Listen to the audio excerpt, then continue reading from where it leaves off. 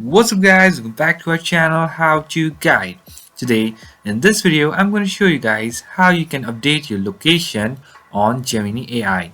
So let's just get started guys. So firstly, what you're going to do is you need to be in this particular platform, which is your Gemini AI platform. And then what you can do is just go to this left hand side. You'll see a lot of options. So as you want to change your location, or let's say update your location, just go all the way down over here and choose this update location. Then it will ask you to know your location, allow or block. Just place choose allow, and again update your location, updating location, and then you can see that my location has been updated.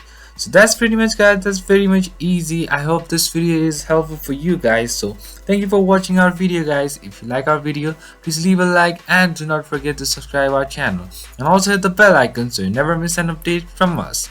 Also comment if you have any queries with us. So I'll see you guys again in our next video. Till then, stay safe guys. Thank you for watching.